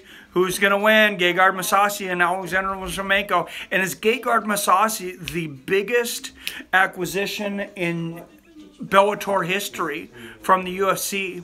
Who do you guys think is the biggest acquisition for Bellator that's came from the UFC? Gegard Mousasi, that was a huge acquisition. I think the biggest, I got to vote for Rory McDonald. But the funnest acquisition here recently was Roy Nelson. Oh, now if you guys are following me, you got fucking Colonel Sanders telling you to fill yourself up with some greasy chicken while you watch a bunch of in-shape men beat the shit out of each other. What do we got there? Lorenz Larkin was a really good one. Yes, he was. Thank you, Seven. You've been on here a couple times, man. I hope you subscribed. Hope you tune into some future live casts. This is my very first live cast. I'm really just getting comfortable with being in front of the camera. We've done a couple podcasts. We've done one other live cast, me and Ryan the Savage. It wasn't an MMA cast. This is my first MMA cast, and if you guys have never done this, it's really hard to keep the commentary going in between the fights when there's nothing going on. So you got to really think about what's going on here, and you got to think about, what's going on here, the history of Gegard Mousasi and Alexander Schlemenko. Schlemenko, the dude was a badass like 3-4 years ago, right? He'd won 8 in a row. Then he gets in the cage with Tito Ortiz, loses to Tito Ortiz, and everybody's like, oh, Tito's 20 pounds heavier. Schlemenko fights at 185. Tito fights at 205. Tito, realistically, is probably walking in the ring at 230, 240. And Schlemenko is probably realistically walking in the ring at 200, 205, like he was on the night of the fight. So I think a lot of people kind of gave him a bye in that fight. Can you guys believe that was May of 2014, though? That's been almost 3.5 years ago since Schlemenko fought Tito Ortiz. His last fight, he did beat Kendall Grove, but he lost a couple on the way. He had a no contest to Melvin Manhoff in his fight before that. Melvin Manhoff, of course, spectacular, entertaining fighter that's fought way past his prime, 3-4 years past his prime right now. And I'm a big Melvin Manhoff fan. I really wanted to see him do big things in like the Bellator or UFC, but he really just... He came into his own just a little too early. He was huge in K1. He's got some of the biggest kicks out there. He's obviously had some problem with his winding. He comes out there, and if he doesn't knock somebody out in the first couple of minutes, he kind of gets himself in trouble. But you guys want to see a great Melvin Manhoff fight, at least the first great couple of minutes, watch Melvin Manhoff and Robbie Lawler. Write that down this is your fucking homework. Go on YouTube and watch Melvin Manhoff versus Robbie Lawler and tell me what you think if that is not a great fucking first round. Melvin Manhoff just comes out to kill Robbie Lawler. We got Mauro Ranallo on here now with Jimmy in the commentating booth here on Spike.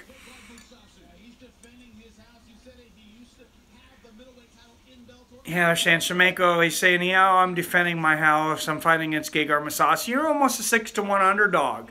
Undefeated in previous 7 fights before the last 2. But in his last 2 fights, he hasn't looked real impressive.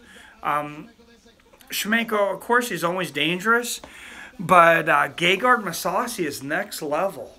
And the dude hasn't been in Bellator, but I don't picture him having those...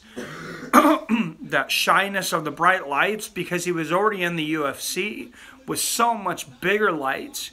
Who do you guys think's going to win that fight, though? Gegard Mousasi or Schlemenko? Tell me in the comments. Please, you guys comment. You guys are being too quiet. Give me a like. Give me a subscription. Give me some comments. I think 7's been the only one that's been commenting there in a while. But Gegard Mousasi, notable core wins. Dude, KO'd fucking Dan Henderson and Vitor Belfort. Chris Weidman submitted Melvin Manhoff, knocked out Jacare Souza, subbed Mark Hunt, fucking won a unanimous decision against Hector Lombard. What did this guy have to do? He was so close to getting a UFC title.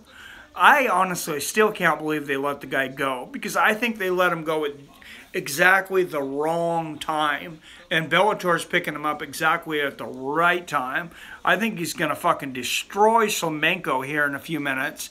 And I think he's going to win their title. And I think he's probably going to reign for 7 years undefeated in Bellator. If he fought with the same hunger, if he can keep that same hunger and desire that he had in the UFC. Now, here's something that I kind of think about in Bellator, though. I've seen some guys come from the UFC and that were successful in the UFC and then go to Bellator and not be successful. Is part of that because of the skill of Bellator is underestimated? Maybe a little bit. But do these guys lose a little motivation? Do they underestimate some of these guys in Bellator? And maybe they lose a little motivation because they used to fight for the biggest organization on earth. And now they fight for the second. By far, the second biggest organization on earth. I mean, Bellator's not even close to UFC. If you ask 10 people on the street what Bellator was, what do you think they'd say, honey? You ask 10 people on the street, what do you think they'd say Bellator was? Nothing. They wouldn't know what it was. They definitely, I don't think they would know what. Some kind of fighting thing. Maybe. It's a stupid name. They need to change the name. I really think they need. What is a Bellator? Can someone look up a Bellator? David, Google what a Bellator means. Alright. That's my young Jamie, if you guys watch Rogan. No, that's my son David. He's going to Google what Bellator means for me since you're watching this on the phone. If anybody knows what Bellator means, you can tell me down there in the comments too. We're going to, we have a commercial from Sears, something different. If you're watching something besides tires and trans fat for us fucking brain dead MMA fans. Back with the Tostitas though, here we go. eating chips and salsa, because that's what we do, is watch sweaty men beat the shit out of each other and eat fatty foods, right? Watch sweaty men beat the shit out of each other and eat fatty foods. That's what MMA fans do. It's Latin for warrior. So Bellator's Latin for warrior. So if you're in a Latin country, I guess that's a good name. Maybe that explains why they had some of their biggest first stars were Latin. There aren't any countries left in the world that still speak Latin. Latin is the root. Latin is the root of, well, like all fucking languages, A right? lot of them. Well, most. Not all, but most. My wife's a teacher. She's definitely not going to show her face after I said that, but she's a lot smarter than I am. So, yeah, Latin's the root of most languages, I believe. I mean, Latin or Greek are most. Oh, what's this? God help us, we want ours is press. based in Germanic. What is this movie they're advertising here? This guy is walking through fire with a gas mask on. It's mainly The based off ATF, Germanic. police. This looks really interesting. Check this out, David. What is this movie they're advertising here? Oh, is this Koresh? This looks like David Koresh. Oh, this is definitely a David Koresh movie from Paramount Network. If they do this well, Waco, a 6-part TV event. Oh, no, it's not a movie. It's going to be a 6-part TV event. Where's it going to be at? Michael Shannon, Taylor So Klisch. that means it's probably going to be 6 hours. Wednesday, January 24th premiere. Paramount Network. What is the Paramount Network? Is that on DirecTV or cable or whatever? Do you guys even know? I watch fucking Netflix. Only reason I'm watching this, the DirecTV now, is because it has MMA. I got it for football and MMA. Everything else is fucking Netflix and Hulu. We're getting up to the main card here, guys. I promise you. Gegard Mousasi and Alexander Schlemenko. But let's go through the results of the main card so far for you guys that weren't there. Ryan Quinn versus Marcus Saran. Ryan Quinn wins unanimous decision. I don't know what happened to Anna Gelaton versus Lisa Blaine. Apparently they fucking ran away or something, because I don't remember that fight. Heather Hardy versus Christina Williams. I said Christina Williams looked like a scared girl on her first day of high school, and she blasted Heather Hardy's nose into fucking orbit with a shin kick to the nose, and her nose blew up like a fucking dry ice bomb full of blood all over her shirt, all over the ring. They had to stop the fight. It was a beautiful display of violence. And then, of course, you had Neiman Gracie versus Zach Busia. He got the submission there. He got the submission. Technically, they said it was by neck crank, but I think half of it was as he was scissoring him. And a lot of people don't talk about this. As Neiman Gracie is scissoring Zach Busias, he takes one of his heels, and as he's hooking him, he grinds that heel straight into the groin, and he's pressing his heel against his freaking testicle. He's pulling it in with his leg muscles and pulling his heel into his groin as he's cranking his neck. I think that may have been what the actual submission move was, honestly. I don't know what you would call that. The nut twister or what? But is that illegal? Strikes to the groin are illegal. But that's a kind of sneaky one. When you get that scissor and you get the heel and you pull it towards, when you have them in the body scissor, you pull that heel into the groin, straight into the testicles. God, that cannot feel good.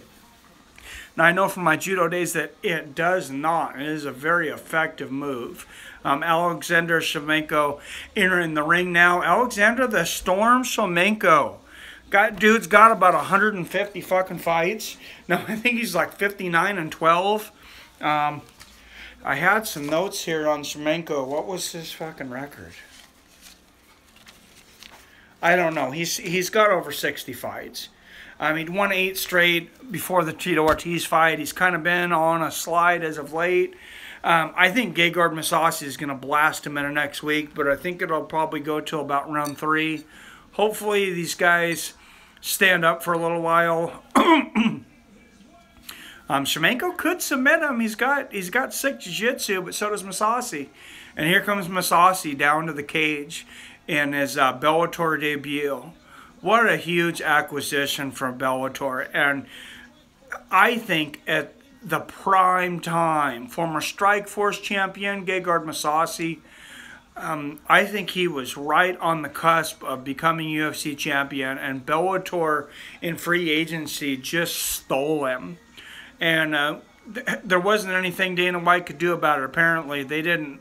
I believe they matched the money, and Gegard decided to go with Bellator anyways. If I'm wrong, somebody correct me, but I'm pretty sure that that's what happened. David, can you Google Gegard Mousasi Bellator offer? Yeah. I'm curious. I'm pretty sure I'm right on that one. I'm pretty sure that the UFC matched the offer of Bellator, and Gegard decided to go with Bellator anyways, which is really huge. A lot of it's this promotion thing, this Reebok promotion with the UFC that the fighters are obviously not happy about. Fucking Bellator, they got Viperfi. Viperfi, Viperfi, whatever time, fight for your right to vape. Is that what it said on there? Honey, on their shorts? Are you kidding me? You got fighters? Yeah, you got fighters. This is like back in the day when Chris Lieben used to walk to the ring with the Condom Depot advertisement. You guys have been watching it long enough. He would have a Condom Depot advertisement across the crotch of his shorts and walking down to the cage. That was pretty silly. I understand why UFC went to the Reebok uniform. And Reebok's getting it down. At first it was a little shaky, but especially some of the women's outfits, but now they're fitting a lot better. Finally, this fucking ring announcer is in the ring announcing this fight. God. Like anybody cares who he is, he's going to announce every single person watching around ringside. Are you guys watching this? Sponsored by Miller Lite. And I don't even know anybody who drinks Miller Lite. Everybody drinks Bud Light, right? That's why they're advertising. There's my wife calling me dumbass. Oh, and we're gaining viewers just from my wife calling me dumbass there. I don't know. No, Alexander Schlemenko. Dude looks old. How old is Alexander Schlemenko? He's got to be about 40, but he's got about 90 fights under his belt. No longer the champion. 6'2", weighing in at 186 pounds. He said Bellator offered him more. They said Bellator offered him more money and stressing different options. They commenting on why he went to Bellator. They were saying it was two different deals, not that one was necessarily better. And he decided Bellator was the correct deal for him because of different freedoms he had. And finally we got a fucking real referee in here. We got Dan Margulata in here for the main event. UFC actually offered him an increased paycheck and a fight with Luke over 215. So Gegard Mousasi, they said the offers were pretty close to equal in the UFC and Bellator, and they were different offers. His manager was the one commenting on it, but he was saying his manager. It wasn't really that one offer was better than the other, but that Mousasi decided that they were different deals, and Mousasi decided he would rather have the Bellator deal. So I got to think a lot of that had to do with the Reebok sponsorship. A lot of that. And here they go. Mousasi's already attacking that leg. Left kick, 10 seconds in. He's hitting that left leg kick, and it's... Then again, right after that, they went into... he said that he started talking about he knows how much other fighters were paid. Like, he knows how much Vitor was paid, and he doesn't want as much of him. But, like, even... What did he say? Gegard... Do you guys think Gegard's an entertaining fighter? I've had mixed reviews on him. I mean, the guy has kind of been up and down a lot, but he gets results. He said I didn't even want the same number as Vitor. That's the problem. I just wanted to be a little bit closer. He has had 66 fights, 56 wins, 9 losses, and 1 no contest. Okay, so Schlemenko's 56, 9-1, and he's only 33 years old, not 60, like I said. My wife corrected me there. Guy looks old. Maybe Russian people just look older. I don't know. Maybe that's why I look older. People tell me that I look Russian. Remember my students used to ask me if you're Russian? Yeah, my wife, a teacher of students, used to ask me if I was Russian. I have Russians walking up to me asking me, "You Rusky? You Rusky?" So apparently I got some Russian in me. I don't know. I need to have one of those blood tests from like Ancestry.com. Oh, and That is an interesting position. How would you explain that position, Cassandra? What does that look like to you? Gegard Mousasi looked like he was having in the missionary position there with Schlemenko for a minute, but they're standing up. Oh. Ragdoll throw, man. Yeah, it was. Gegard throws Schlemenko. Oh, there looks to be a big strength difference between Mousasi and Schlemenko. Remember I was talking about the look of the size. Oh, and he is sinking in a choke. He is sinking it in quickly. This is only 2 minutes into the fight. Oh. He's got his back. He's got him scissored, but he's not underneath the chin. Oh, but he's got his arms wrapped around. He's got that arm wrap around. Well, he was. He's punching. Yeah, he's trying to pull his hands off right there. He's punching. He's playing it well. He's staying calm. Kind of looks like he's going to cry. He's kind of going for a neck crank there. Let's see. See now, if you guys are watching this, what Gegard needs to do is he needs to bring his heels down just a little bit. And while he's pulling his heels in, he needs to pull them straight into the groin of Schlemenko there. And then make it look like a neck crank like Gracie. And he'll get him to submit. What's that face on Schlemenko? He looks like he's just seen a horrific car accident. Look at that face on. Does he not look like he's drowning? He looks like he's going to cry. Yeah. He looks like he didn't expect it to happen. That's what I'm guessing. Oh, no. No, he did not expect to be in this position at all. And Mousasi's definitely wrapping it up. He's got the wraparound, and then what my judo teacher used to always tell me is flip somebody off. That's how you remember it. And then you put the hand behind the head. Oh, we lost it there, though. But what he had there is he had it all, but he didn't have it underneath the neck. He's doing a good job of trying to stretch him out, but Schlemenko's also doing a good job of arching up really high. But that's using a ton of energy. If you guys are watching how Schlemenko is arching himself up there, that's using a ton of energy, and I really think that Gegard's going to stretch him out here. Better to use all your energy than go out too early. That's oh, and Schlemenko reverses it and stands up, and they're back up, and Schlemenko comes up swinging, left hook, right hook, kick to the body, and Gegard goes straight for the takedown. He does not want to stand up with Schlemenko apparently, and Schlemenko looks energetic. He's pushing Gegard off. He does not look winded, but Mousasi gets the leg trip inside, and he's back on top again. He's got Schlemenko's face against the cage. Oh, he's throwing uppercuts from the ground. Uppercuts, hit him with 3 uppercuts on the ground. Schlemenko stands back up, but that had to have rocked Schlemenko. 35 seconds left. Oh, and Schlemenko throws him down to the ground again. He's almost got his back. Schlemenko is in his guard. He turned around. He's in his guard, and he's out. And he slipped out, and Schlemenko is standing on top now, actually. And Schlemenko is on top, throwing ground and pound at the end of the round. Goes for a guillotine choke here with just 10 seconds left. Schlemenko going for the guillotine on Gegard. I don't think there's anything there. If there is, there's not enough. There's not enough time. Not enough time. That definitely looked like he was giving him a blowjob. Are you not entertained? That was an entertaining first round. Not as entertaining as the first round of the Heather Hardy-Christina Williams fight. If you weren't watching that, Google Heather Hardy versus Christina Williams or look that on YouTube. I know somebody's going to get the highlights up.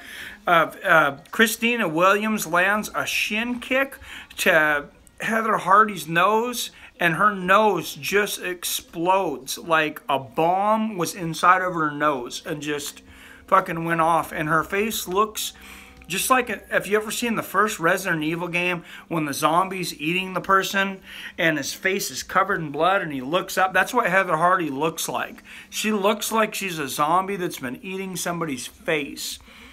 Oh, if you're watching this, here we go with the trans fat videos. The trans fat food targeted at the MMA fans again. A little bit of Little Caesars there. And I just lost about all watchers there. Sorry about that. Did something there.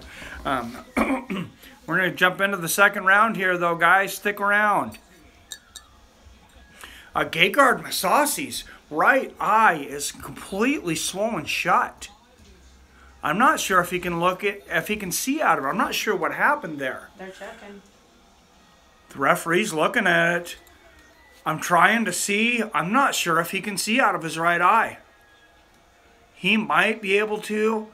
I've seen worse swelling, but I mean, he's barely got a slit of vision out of that right eye to be able to see out of. They're going to let him fight. As they usually do. You guys think they go easier? They stop the fights earlier on the women's fights? I definitely feel like they do. I don't know if that's something that's going to continue. But how much is this going to affect Gegard? He's an orthodox fighter. Oh! He like tripped himself. That was strange. I kind of missed that. It looked like I seen a right hand when Schlemenko tripped there. Dancing. Schlemenko throws a left hook. Gegard blocks. He's throwing that left hook to the body, but he's missing. He threw a kick to the body there. Gegard blocks it. Not sure if Schlemenko looks tired or that's just how he looks. He seems to look tired all the time. Gegard's down on his back there, and Schlemenko's standing over him. Gegard's looking for the up kick. Schlemenko's going to let him up. He doesn't want any part of that. He doesn't want any part of the ground game of Gegard Mousasi there. Schlemenko wants to keep this on the feet. He throws a kick to the body there. Nice left hook to the body.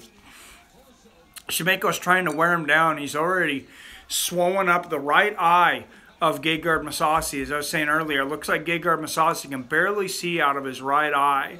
And you would think he's going to try to work to end this quickly, but his pace seems to be slow, and he tries for a takedown, and Schlemenko just shoves it off. Schlemenko looks to have the more energy right now, and I'm not sure if that has to do with Gegard not being able to see, or if Gegard spent his gas tank a little bit. Nice spinning kick to the body from Schlemenko.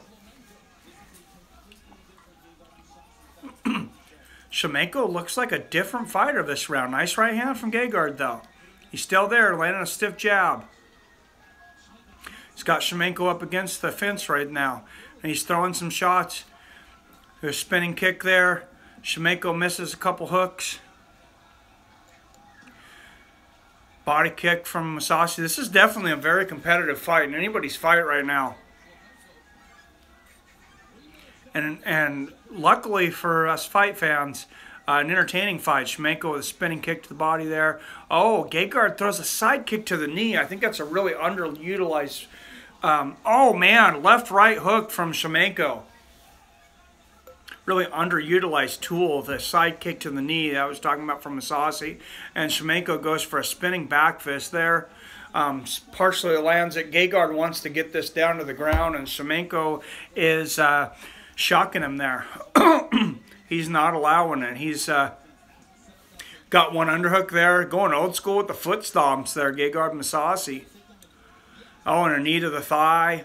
I think that's a really underutilized move, too, in the clinch, is those knees to the thighs. I don't understand why more fighters don't. Schlemenko just landed a spinning back fist. I mean, not the most powerful one, but it definitely landed. But Gegard just slung Schlemenko down. He's trying to get the choke. There's an obvious strength difference between Gegard Mousasi and Alexander Schlemenko. And Mousasi seems to be the much stronger fighter when it comes to grappling. And I think that's from what I was talking about, that I think Schlemenko, Mousasi is the bigger fighter. I think he probably walks around 20 pounds heavier than Schlemenko, honestly. Mousasi trying to take the back of Schlemenko. He's throwing some knees there. Schlemenko's fighting him off well. He's down on the ground. He's in the half guard. Mousasi trying to get top position there, and Schlemenko pushing him. Oh, he's in side control. He's in side control, but Schlemenko's kind of got his body turned, so it's not a complete side control, but he's got that. We had that head and arm. Nice elbows. Oh, he's going to land a couple elbows. He was in a good position to land 2 elbows there. Gegard was, and it hurt Schlemenko. Oh, now he's digging in for that back. He's got his hooks in. Mousasi's got his hooks in like he did in that first round. And he's trying to get underneath with that ground and pound. He tried to go underneath the chin there. Schlemenko grabbing the inside of the glove. Now you cannot grab the inside of the glove and use the glove as a weapon. He let go of there. Mousasi's trying to go under. He's got the position. He's got his arms in the right place, but he wasn't under the neck there, and Schlemenko was able to get out. Schlemenko sat up again there. 26 seconds left in the round. Mousasi's trying to secure a choke. He's got him pushed over on his side. It's later in the round than where he had him in the first round. It's 15 seconds left. It looks like Schlemenko was going to make it through the round, but in a horrible position to end the round. As Schlemenko had his best moments of the fight, but definitely not a good way to end a round. And that's what a lot of judges remember, is how you ended a round, not how you begun it. Unfortunately, judges seem to have a very short memory. Definitely boxing judges, but not just boxing judges, MMA judges too. We're going to have this minute in between rounds. Are we going to stay in the corners, or are they going to go to some more Transvac commercials? Looks like we're going to stay in the corner here. Let's see what kind of advice these guys, cornermen, have. Oh, and I have the DirecTV now that I was talking about. It's freezing up on me. Now we're back in the corner now.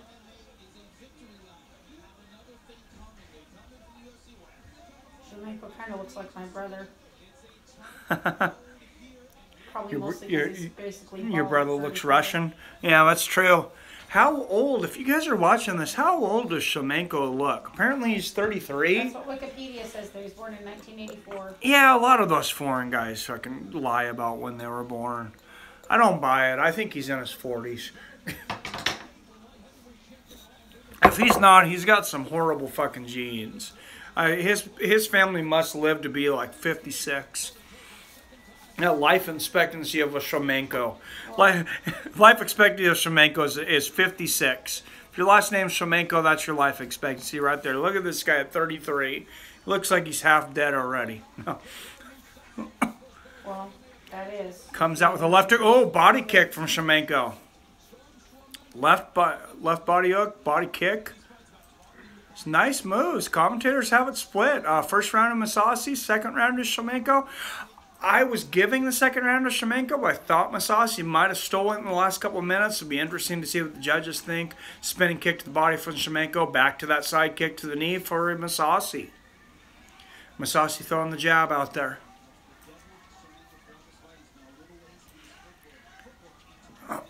Oh, weird, strange right hand. Strange kind of feint and right hand from Schlemenko. It was distracting, but he landed it. That was a really interesting way. So, flying knee from Schlemenko. I think that landed.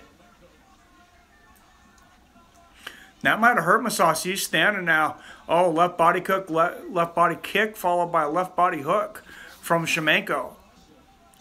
Oh, spinning back fist lands again. That's the third spinning back fist I think that Schlemenko has landed. Somebody might be making some money tonight. Mousasi was almost a 6-1 favorite. And Schlemenko is definitely holding his own. He might have won that second round. This might come down to whoever wins this third round. And so far, it's Schlemenko's round. Mousasi has done nothing in this third round. You have to wonder if that shut eye is getting worse and really distracting him. You got to wonder if he can even see at all. Yeah, his work output has went down significantly. Spinning kick to the body from Schlemenko. Misses with a left hook. Lands with a right hook.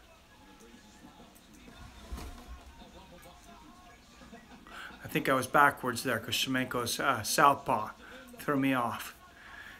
He's throwing that jab out there. Schlemenko looks to have the more energy, though. He's definitely the more active right now. Left kick to the body, lever kick. That body work early and often in the fight may be paying dividends for Schlemenko right now. Mousasi trying to take the fight again to the ground. He is not able to take Schlemenko down at this point. Schlemenko is easily holding him off with the underhook there. Where Mousasi seemed like the stronger fighter earlier in the fight, Schlemenko definitely seems to have more energy right now. And he's got underhooks. He's easily defending the takedown here. And he gets the takedown. He flips Mousasi on his back and takes top control. Mousasi has him in butterfly guard. And now Schlemenko's just standing over him. Wouldn't it be something if Schlemenko submitted Gegard Mousasi and now they stand up? Oh, now they exchange right hands. Very good competitive fight. You're always worried about a boring fight when you get tacticianers and then oh man, Schlemenko throwing for the fences and he just landed a big left hook and he just figured it out. He missed the right hand and I don't think Mousasi can see the left hook coming. Look at Mousasi's going wildly for those takes. Oh, and Schlemenko landed a knee. Mousasi's down. If he's got to stand back up, watch Mousasi lands the up kick. Left hook. I think Schlemenko, it was like a light bulb just went off when he landed that left hook. I think he realized Mousasi has a blind spot right now because of that right eye. He cannot see that left. I don't believe he can see that left hook coming. And that is very dangerous for a fighter. And Schlemenko is standing up top. Mousasi's throwing up kicks, but Schlemenko is standing up over him, looking to sharpshoot him here. He landed a couple shots. Oh, he just took Mousasi's back. You need him, I need him in the back, and now they're north-south.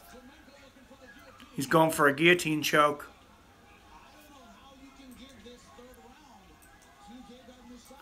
Schlemenko has definitely won almost every second of this third round. This could be a huge upset here. I know it's Mousasi's spinning body kick from Schlemenko. I know it's Mousasi's Bellator debut, but he was coming in almost a 6-1 favorite on the odds makers. Oh, right hand from Schlemenko, right hook. Excuse me. They're gonna punch it out. Schlemenko lands a left body kick, a left hook combo at the bell, and it's gonna go to the scorecards. This one could easily go to Schlemenko. Honestly, I don't see how any way in the world that Gegard wins that third round. Gegard probably won the first round. It's going to be whoever won that second round. Who do you guys think won that fight? Tell me down below. Grow some fucking balls and tell me who you think won the fight. Nobody's talking. It was just 7 that was talking earlier. Who do you think won the fight? Let's have a quick wrap-up for people that weren't watching. Earlier, Ryan Quinn defeated Mark Sorin by unanimous decision. Moved to 14-7. Mark Sorin, his first loss, moved to 4-1. Then you had Heather Hardy versus Christina Williams. In her pro debut, stops Heather Hardy with a rocket shin kick to the nose. She was like a 3.5-1 favorite. Somebody's losing some money there. Neiman Gracie versus Zach Bucia. Neiman Gracie submits Zach Bucia with a neck crank. And now you got Gegard Mousasi and Alexander Schlemenko. Oh, who is this? Didn't see it. Who won, bro? The last fight there? We're getting to the scorecard right now on Gegard Mousasi and Alexander Schlemenko. It looked to me... It's very, very close. Gegard, you got to remember, was coming in about a 5.5-1 favorite, but the decision is coming up in just a few seconds. I'm going to let you know who won, Gegard Mousasi versus Alexander Schlemenko, and then I'm going to try to get some response from people. Who do you guys think won the fight? If you guys are watching, they're about to... I'm a big Gegard fan. Chief Tomcat. I like Gegard too. I think that was one of the biggest acquisitions that Bellator's ever gotten from the UFC. But that was a war, bro. That was a war.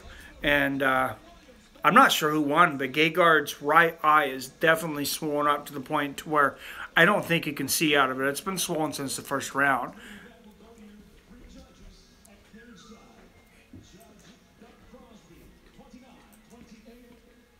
First judge 29-28.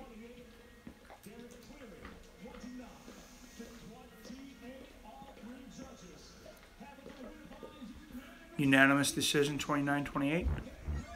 Gegard Mousasi squeaks it out.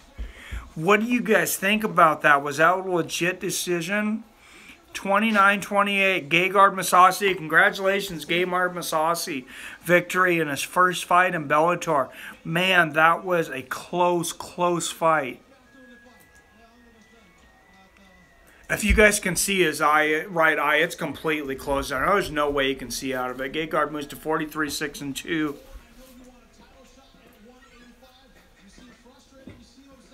He wants a title fight. Gegard's definitely frustrated.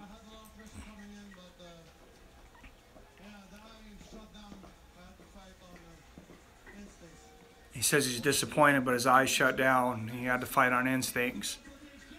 You could definitely tell that in the third round because Schlemenko definitely dominated the third round. But congratulations to Gegard Mousasi. I didn't have a problem with that decision. Need to see the replay. Thanks. Oh, thank you for tuning in there, Chief Tomcat. And I hope you subscribe to my channel. And I will definitely do some streams there in the future. I really would love to do tomorrow's Fight Pass stream, but unfortunately, since it's in another country, they're streaming at noon, and I have to be at work. But I'm going to try to do as many of these MMA streams as I can. I really enjoyed doing this Bellator stream. You guys tell me how I did. What do you guys think? Did I do a good job here for my first MMA stream? Give me some feedback. Come on. I'm working here. I hope you guys enjoyed that event. Oh, now they're going to show... Just some closing highlights. Oh, it's closing highlights from the prelims, I think, there. Prelims I didn't watch because I was at work at that time, actually. But, oh, if you're watching, look at that. Shin to the nose. That is the kick of the year. Thank you, Chief Tomcat. I appreciate it, man.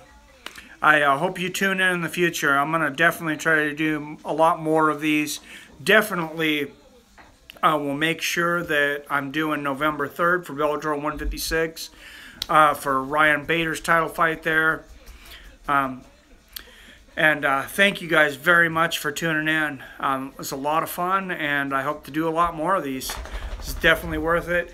Definitely a lot of fun. I'm going to go over the results of the main card for everyone that didn't get to see the whole thing. Ryan Quinn beat Marcus Sorin by unanimous decision and moved to 14-7. Marcus Sorin, that was his first loss, moves to 4-1. He'll be okay. Heather Hardy versus Christina Williams. Heather Hardy came in 3.5-1 underdog. Christina Williams in her pro debut hit Heather Hardy with a shin kick to the nose. It launched her nose into orbit. She is covered in blood. It looked like a scene from the Christine movie. Neiman Gracie threw Zach Bucia to the ground.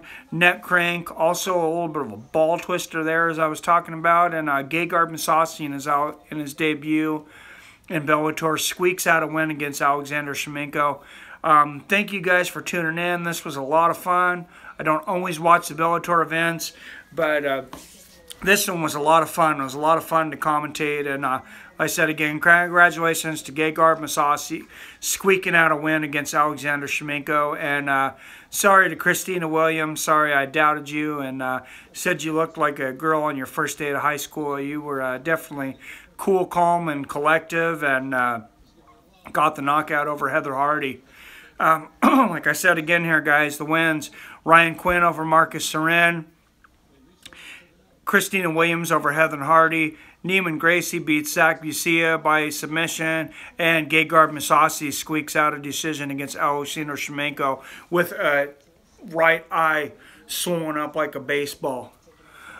Looks like he got hit by a baseball bat. There's no way he could see out of that eye after about halfway through the second round. So courageous effort by Gegard Mousasi to squeak out the victory with that swollen right eye. Like you said, fighting on instinct. I see I'm getting more viewers, so I'm going to go over the results again. Then Ryan Quinn beats Marcus Sorin. Moves to 14-7. Marcus Sorin, his first loss, 4-1. Heather Hardy against Christina Williams. Christina Williams upsets Heather Hardy, 3.5-1 underdog, with a rocket kick to the nose.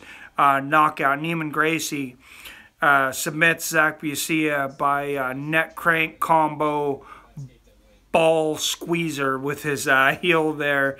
And then Gegard Mousasi squeezes out the victory versus Alexander Schlemenko. I'm going to wrap this one up for the night, guys. Thank you very much for tuning in. I think my family's probably sick of hearing me talk right now, so I'm going to tune this one out. Hope you guys enjoyed the event. Thank you very much, and have a great night.